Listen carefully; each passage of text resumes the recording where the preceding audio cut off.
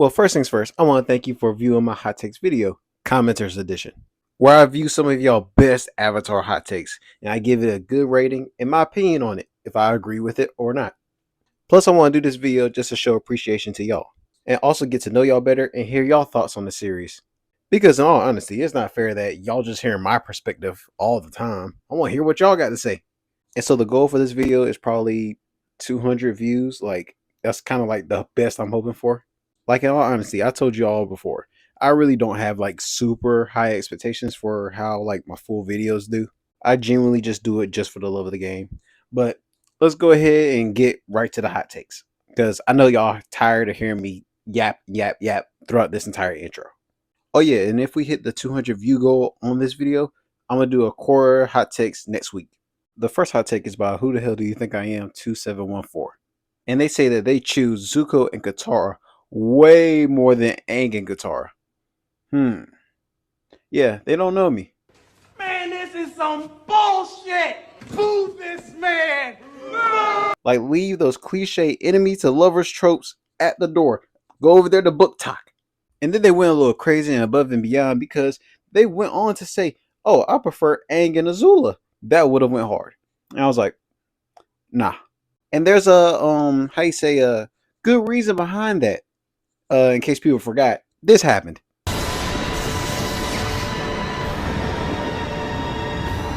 I'm sorry, but our boy Aang isn't having a relationship with somebody that literally killed him and had his body twitching like Crocker from Fairly Odd Parents. Fairy godparents! L hot take. Am I biased? Yes. And at one point, I prefer Sokka and Azula? Yes, as well. And the next hot take is from Debt Tag 1223. Sokka low-key is the strongest Team Avatar member. And yeah, that's just wrong. Unless you're talking about like mentally strategic, then okay, I kind of see where you're kind of going. But if we're talking about physically, no. Because y'all remember this thing that happened?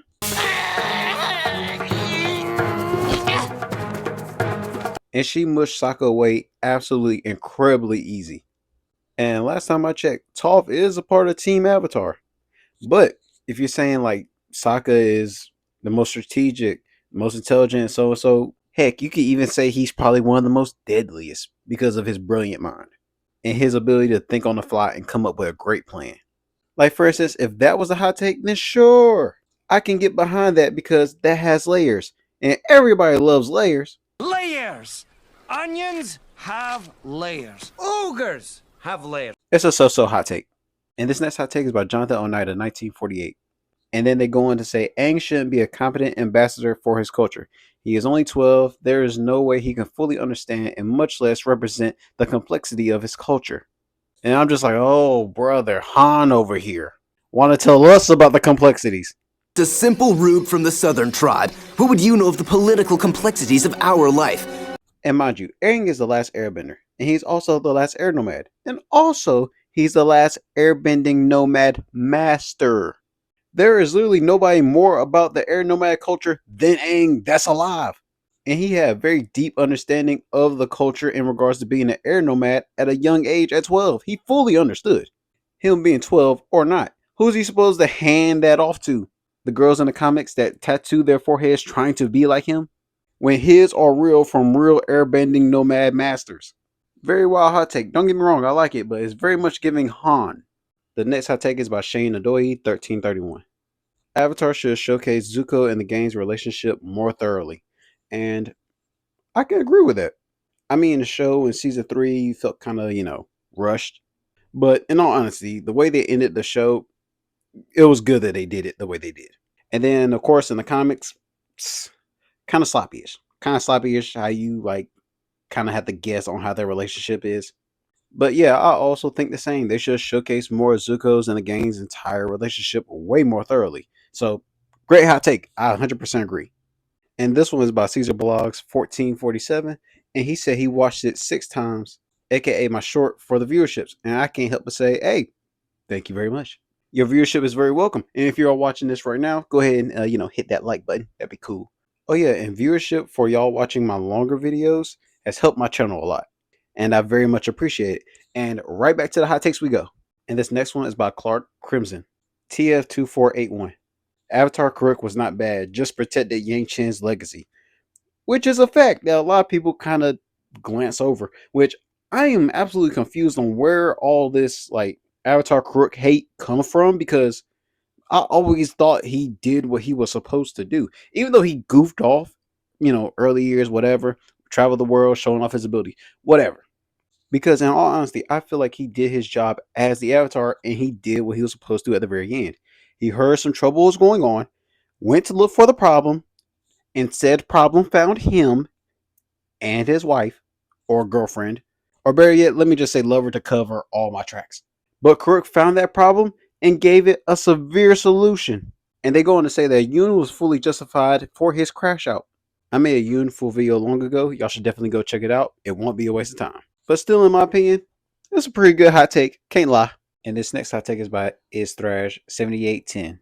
The Cabbage Guy sabotage fan theory is true. There is no fan theory. It's 100% true. That Cabbage Guy was a Fire Nation spy. Now, if you want to know what a real theory that I have, one thing that we all know is that the Cabbage Merchant was obviously rich in Legend of Korra, and he didn't make that money just by selling cabbages. Ever since Omashu, he always was headed wherever the Avatar was headed. From his carts being flung off the cliff at Omashu, and guess what the first place that we saw the Fire Nation took over in the series? That's right, Omashu. And then he tried to get access into Ba Sing Se, but they wouldn't let him on because the cabbages and the slugs. And then on top of that, for the Ember Island players, they even said that they got the stories from a humble cabbage merchant and also some pirates. I'm wondering if the pirates with all that money ended up being the triple threat triads. But that's my theory. Great take. Great take. The next one is by Samwise the Brave 4627. Filler episodes where the gang is just doing nothing are low-key underrated. Which that is true. They're absolutely low-key underrated. And in all honesty, it helps us really connect with the gang as a whole and why we love these characters so much and why they have such a huge fan base as of today. Like me personally, I like all the so-called filler episodes where they really ain't doing nothing and the story really doesn't progress that much. But if we didn't have those filler episodes, we wouldn't have the Iroh scene, and y'all know what I'm talking about. I ain't gonna play the song for y'all, so don't worry. Zuko alone or the Blue Spirit. Because even those so-called filler episodes was so very impactful, and we all have a very fond memory of them. Even the ones that people don't like the Painted Lady or the Great Divide, they aren't as bad as people claim that they are. So this is actually a great hot take, and I 100% agree with it. Okay, this hot take is by Psycho Speech 6189. If the Air Nation abandoned pacifism, then they truly would have been a significantly harder nation to beat than the Fire Nation. And I can confidently say, yes, that's true. We kind of know this. If the Fire Nation didn't ambush them, like Aang said, What year did Firelord Sozin battle the Air Nation army? The Air Nomads didn't have a formal military. Sozin defeated them by ambush. because I dare y'all to tell me that the Fire Nation will wiped out the Air Nomads if they had a formal military and knew when they was coming.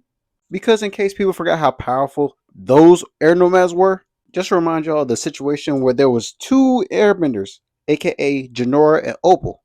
After Kuvira gave Korra that and Opal and Janora made a tornado big enough to put fear in the army. So imagine the OG Air Nomads, no pacifism. So great hot take. And this next hot take is by Drox 2042. I tried the best I could. In this series, Zuko beats Toph. Yeah, no. It's a good hot take because hot takes are supposed to make you say, No. Toph is stomping out Zuko like his nickname was Fire. Because the only way Zuko could actually catch Toph lacking is if he caught her lacking by burning her feet. But Toph has such a OP version of seismic sense that she will probably be able to stop Zuko right before he even thinks or even slightly moves to try anything. Like Zuko firebending is incredibly fast, but it is nowhere near as fast as Toph, especially if you're trying to beat her in a quick draw. Because in case people forgot, that's how Toph managed to clamp down Azula. She felt what Azula was literally about to do and clamped her down, so that Sokka could literally sit there and interrogate her. So in my opinion, it's a very solid hot take. I just simply don't agree with it. So this hot take by IceSonic358. Aang and Toph's relationship could have been explored even more than what we had. Because Aang having visions of her and having her be the reason he is even able to spiritually sense be foreshadowing is interesting to me at least. Which, in all fairness, I kind of understand. I mean, a little bit afterwards, like in the comics, they do like divulge and go more into detail in regards to the relationship each gang member had with each other. But in the show, they kind of had like a limited time because, like we all know, Aang was on a time crunch. So he didn't have time to, like do like a super long montage or like go on these adventures with Toph. And plus, we know Toph in the series is low-key OP along with Aang. So those two together would definitely be a problem if they went together everywhere. No issue or problem would ever happen or occur. But with all jokes aside, this is absolutely a great hot take. I agree. And this hot take is by Pink Galaxy 2777. If Aang was in Demon Slayer, he would be OP. Yes, yes, he would. In a world where the main heroes and protagonists are people with just swords, yes, Aang would be OP. And don't get me started on his evasiveness. That is like absolutely next level. And if he has the Avatar state, oh, GG's. Because I want people to actually understand about Demon Slayer. Those special effects and all that stuff you see behind those swords, that's not actually there. They even confirmed it and said they are just swinging swords around. So yeah, Aang would have no problem fitting into Demon Slayer and taking out a good couple of demons. Well, at least like pinning them down because, Aang probably wouldn't kill them because, pacifist. He still looks for the good inside of a freaking demon.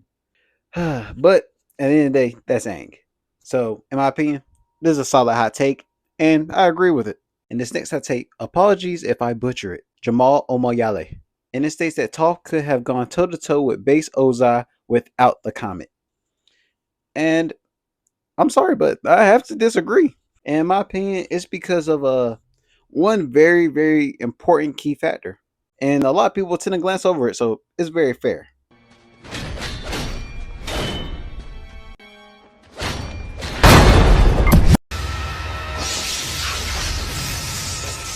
I ain't gonna lie, I'm getting cooked. Because I want people to remember, in that time period, nobody knew how to redirect lightning. And Ozai will pull that freaking thing out immediately if they stumbled onto his bunker by accident. So they would have definitely been cooked on arrival. One thing about Ozai, don't get me wrong, he is the strongest firebender for a reason. But I still congratulate the hot take. Not that bad. It's just that I don't agree with it. And this next hot take is by Hack-H6Z. And I'm not sure if it's supposed to be Hicks. I'm just curious now. And then they go on to say that Urza wasn't a bad mother, even though a lot of people say that she is. She had to lead to get Ozai to spare Zuko's life. And she also kissed them both goodbye. And she didn't hate Azula. She rebuked her for her wrong actions. And I have to say, that's fair. Azula misinterpreted it as hate and fearing her. Her fear was of what Ozai would do to her and mold her into. My bad, I read that last line kind of awkwardly. I'm exhausted. Like, in all honesty, not that crazy of a take, but I feel kind of indifferent in regards to that. I go into like a little bit of detail in regards to this with the Azula Misunderstood video. If y'all haven't seen it, definitely go check it out. It's on my page. But if I hear somebody say that Urza wasn't a bad mother, I could take it or leave it. You know what I mean? So I give it kind of like a neutral hot take. And this next hot take is low-key kind of solid. It's by Michael Too Little. The Yuyan archers are the biggest threats in the series. Out of all those that came after Aang, they were sent to capture the Avatar, succeeded on their first attempt, and were never used again. They should have shown up a few more times, but no, the writers just put them on the shelf, collecting dust, because they were so OP that they didn't know what to do with them. Unfortunately, they were victims of their own success. And I 100%, okay, I take that back. I 50% agree with you. Now, I 100% agree that the Yuyan archers was extremely effective and terrifyingly good at their job in regards to capturing the Avatar. But I don't fully agree because Aang was so focused on getting the frogs. If he wasn't focused on getting the frogs, like they probably would have never caught up to him. Like, if we're being honest, if he wasn't worried about the frogs, he probably would have bolted out and they probably would have never caught up to him. But at the end of the day, they was very effective. So S tier hot take. So I low-key agree. And this next hot take is by Malia Sexton.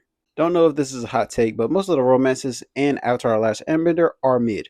To the weakest part of the show, including Aang and Katara, especially Zuko and Mei. And the only exceptions are Zuko and Jin.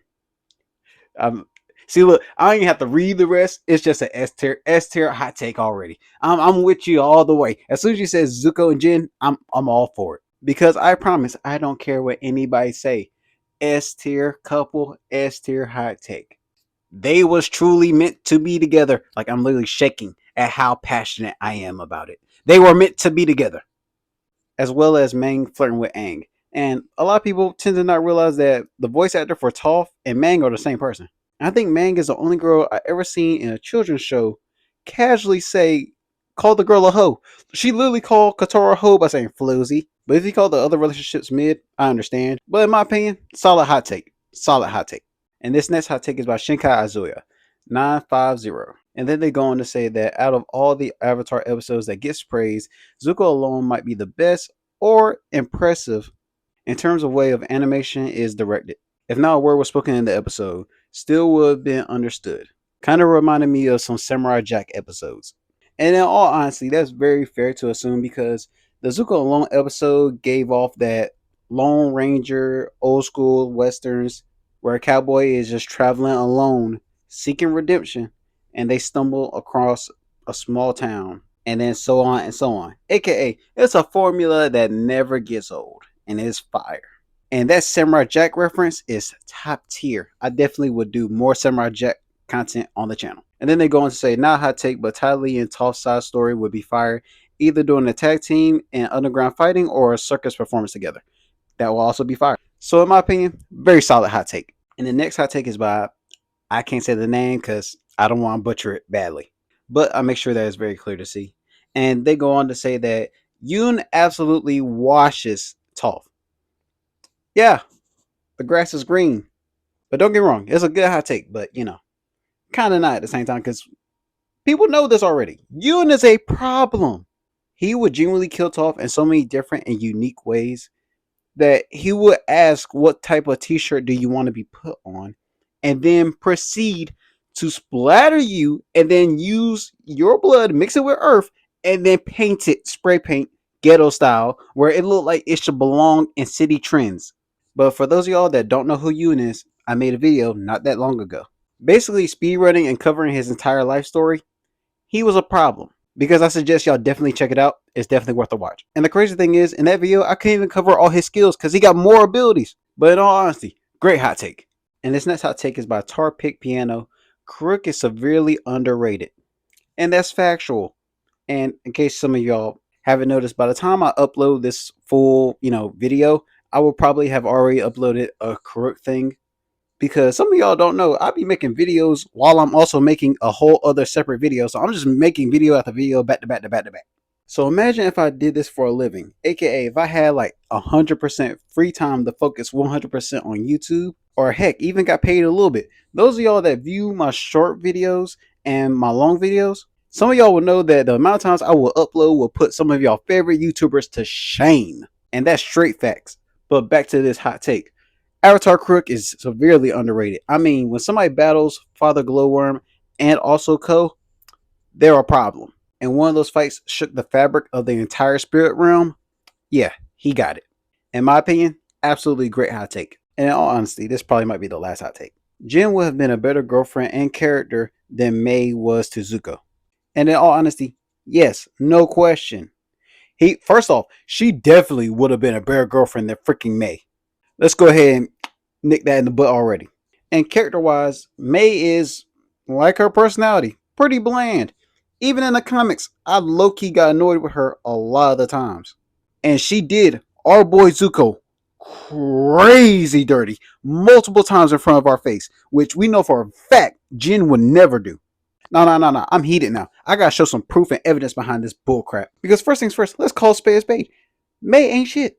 I say it over and over again. They aren't meant to be with each other because Mei low-key don't like Zuko. Let's keep it a book. She disrespects him a lot of the times and she basically treats him like an errand boy whenever they are together. She's not even running crazily towards him. But that's just not her character and we can low-key accept that. Like for example, when they go to the beach and they're on the beach and they just sit there looking miserable with each other. Like, oh, I get it. They're supposed to be moody. But at the same time, if we switch Mei out with Jin, Tell me she wouldn't be excited to be around Zuko.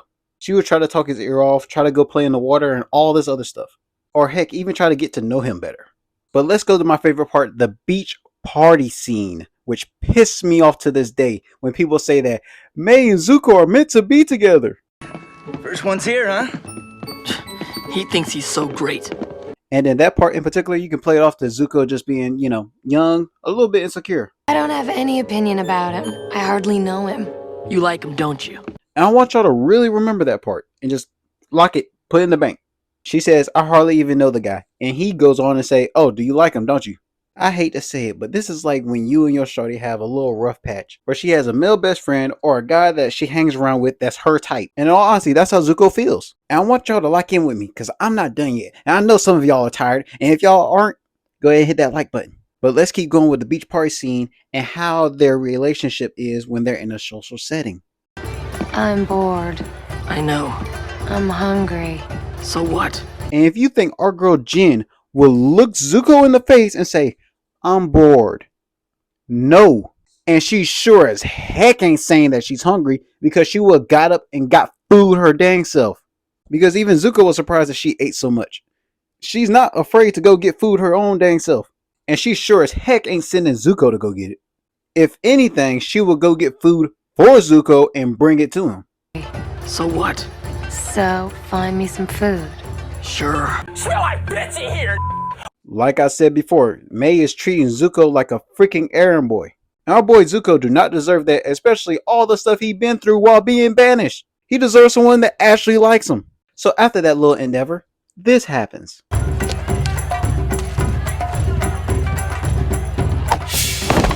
He's walking back with the food that his girlfriend told him to go fetch and get for her. And he's already pissed off. And in all honesty, he dropped his plate of food because somebody elbow bumped into him. And let's be real. Me and y'all, let's be real with each other. YouTuber to viewer, let's be real. Tell me you wouldn't be pissed off if you're already in a bad mood and somebody knocks food clean out your hand. Now, I love food. In all honesty, if I was Zuko, I would have burnt their entire house down. That food was for my cranky girlfriend. Now, what do you think they saw here for both of them to make that face? I'll wait.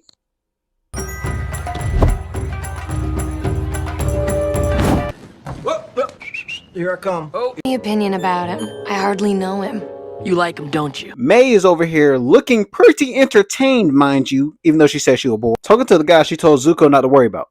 And you want to know what the craziest part of all this is? She tried to spin it to make it seem like it was his fault. The only reason he got up was because she directly said, No. I'm hungry. So what? So, find me some food. but then she tried to spin all of it by saying this. Stop talking to my girlfriend. Relax. It's just a party.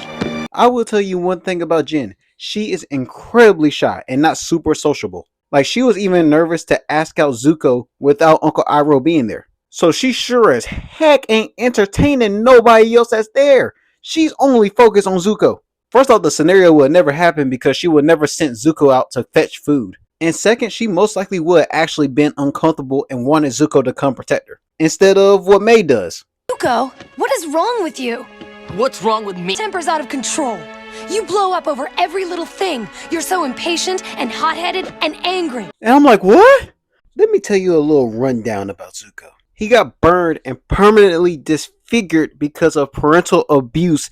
And then his mother got exiled, which he didn't know about at this point. All he thought was his mother was dead.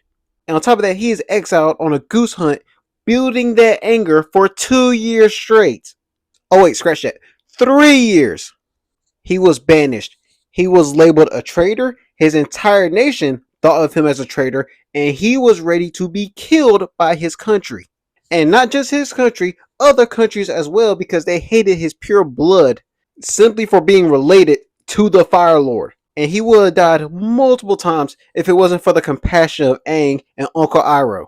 Oh yeah, his sister, who is also at the party, almost killed him multiple times as well. So excuse the fuck out of Zuko for having a little bit of a temper problem. That's all I'm saying. Oh yeah, silly me, I forgot he almost got assassinated by pirates. Oh yeah, and he also jumped out of the way of a giant ocean spirit that literally almost took him into the spirit world. But luckily, he jumped out the way fast enough and it only took Zhao. But you have the gall, the guts to say this? Control. You blow up over every little thing. You're so impatient and hot-headed and angry. Maybe he wouldn't be so angry if you didn't treat him like a dog and seem genuinely interested in him. I'm bored. I know. I'm hungry. So what? Like, I don't know if my eyes are working correctly, but I didn't see none of this with Jin. Let's go back and see if he had that anger and lack of self-control with Jin. Shall we? Hey, well, look at you. You look so cute. Part of this traveling circus. Really? What did you do? Wait. Like, look how invested she is and hung on every word that he says. Like, he literally could have told Jin to her face that, oh, I used to be a purple big platypus. And she would have been like, oh, cool. Tell me about that experience. I'm very interested to know more about you. Or heck, she would even joke along with him just to try to make him laugh or just ease up. Because she can tell that he's a very tense individual and always tries to make him lighten up, not keep him in negative emotions. Sparkle and reflect in the pool in the most beautiful way. When have we seen Mei be that happy to show or talk to Zuko about anything? She constantly stays monotoned. Meanwhile, Mei is doing this while also feeding Zuko negativity. So of course he's going to be pissed off. And remember what Zuko's complaint was? You have no passion for anything. You're just a big blah. I don't know, Zuko. She looked like she had some passion here. Oh yeah, mind y'all, after they broke up, she stayed at the party for a while. He left, and Azula had to go after him. Yeah, that's right, Azula. But let's really focus on what she was saying earlier. Right, Mei? You blow up over every little thing. You're so impatient and hot-headed and angry. Oh, so that's what happens when Mei is upset. Okay, cool. So what happens when Jin is upset or disappointed? They aren't lit.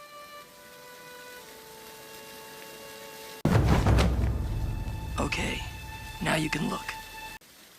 Lee, this is so sweet.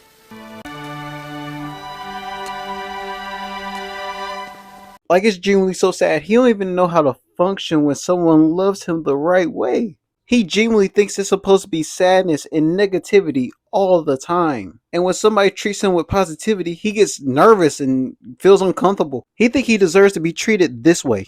So, find me some food. Sure. It's over, Zuko. We're done. And it's the same people champion Main Zuko because she did one thing selfless at the Boiling Rock, but whatever. But I'm the delusional one because I want Zuko to be happy. Okay. Because I don't know about y'all, but I like season 3 Zuko more, where he's more happy-go-lucky. He's a jokester. He's able to have a little fun. Mei basically keeps him in season 1 Zuko, where she's like, ugh, whatever. And they have little moments here and there. And he low-key can't talk to her because she don't have passion for whatever. And she'd be like, it's your decision, whatever. And the one time she shows passion is at the Boiling Rock, where she defies Azula. And suddenly everybody want to throw a Mei parade. Like, oh my gosh, she's the best girlfriend ever. But I'm delusional for wanting Zuko and Jin to be together. Okay. You know what? Let me calm down a little bit. I'm getting a little too hyped. Let me calm down. Let me know what y'all think about in the situation. Because when it comes to Zuko and Jin, I can go on for a good couple hours. Trust. Like, to be honest, I went on for so long that I genuinely forgot that this was supposed to be a whole hot takes video. But whatever. I'm going to keep it in. But I have to say, this was an absolutely great hot take. I fully agree. And to be honest, that little segment I literally just had, I probably will end up cutting it and making it into its own separate video, like right after I post this one. Just in case for the people that didn't watch the entire video, they can just watch a whole separate video that borderline seems like its own separate subject. And if you made it this far into the end, I want to thank all of y'all for viewing the video, because every view counts and it means a lot to me. And I hope that each and every single one of y'all is doing good today. And I hope y'all drink water. And even if you're not doing good mentally, physically, or emotionally, you're still able to breathe. That's one thing. You can breathe and you're able to watch this video. So take your blessing while you can get it. And let's try to get this to 200 views. I don't know. I'm just guessing. At this point, I'm just here to vibe with y'all. Thanks for viewing my video, and go check out my other ones. Hello, Zuko here. And if you like that video, make sure you like, comment, and subscribe. And also let me know what you think the next video should be based off of. Because like I say at the end of all my videos, I read every comment and I make sure that y'all are heard. Because I'm trying to get to 50K by the end of the year, I would love to have your support and hear more about your ideas. I hope you're able to apply these words in your everyday life. And Lily, thanks for watching. Oh, and a reminder, drink water. Perfection and power are overrated. I think you are very wise to choose happiness and love.